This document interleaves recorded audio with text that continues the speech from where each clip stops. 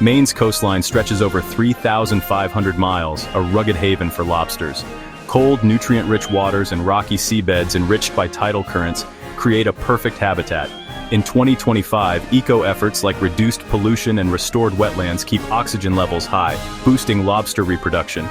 Book a lobster tour boat from Bar Harbor, Portland, or Booth Bay Harbor. Watch traps hauled and hold a live lobster safely. Lobster was once so plentiful it fed prisoners and servants. At low tide, people could collect a bucket full from tide pools without ever setting foot in a boat. But despite their abundance, early lobstering wasn't easy.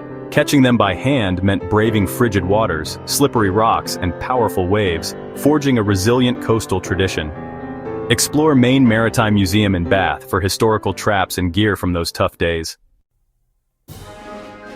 The first lobster boats were simple oar-powered dories, barely big enough for a fisherman and his traps, launched from rocky shores.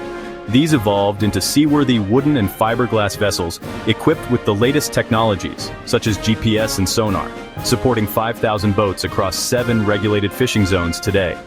Ecotech like sonar helps target habitats sustainably in 2025. Check Maine Lighthouse Museum in Rockland for vintage navigation tools that guided lobstermen's sea voyages. You know, wealthy summer visitors like the Rockefellers turned lobster into a delicacy by 1900, shifting its status from canned goods to fresh luxury and really sparking a cultural shift. These days, you can savor steamed lobster, just like the Rockefellers did, at places like Union River Lobster Pot in Ellsworth or the Portland Lobster Company. By 1880, canneries shipped lobster nationwide via railroads, fueling a real seafood craze. But eco-challenges like overfishing and pollution started to emerge, setting the stage for today's conservation efforts.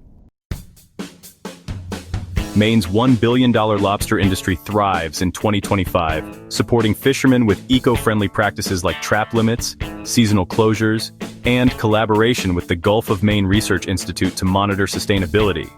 If you're interested, you can visit the Gulf of Maine Research Institute in Portland or the Maine Center for Coastal Fisheries in Stonington to see how lobster populations are studied and protected.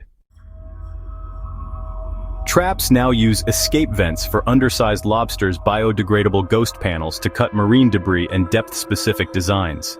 In 2025, these innovations reduced lost trap impacts by 30%, a win for ocean health.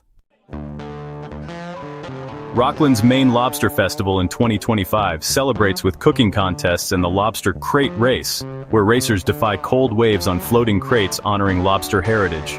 Stay extra to visit Owl's Head Transportation Museum for historic boats shaping Maine's coast.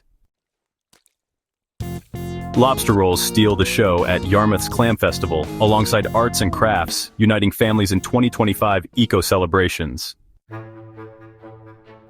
Climate change shifts lobster northward because warming waters alter their habitat, but 2025 sustainability efforts like reduced trap losses and habitat monitoring ensure Maine's lobster crown endures.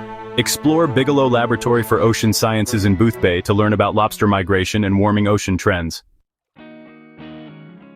From prison food to global icon, Maine lobsters thrive with the support of environmentally conscious fishermen and dedicated organizations. Like and subscribe to Corson's Best for more eco-aware destination videos.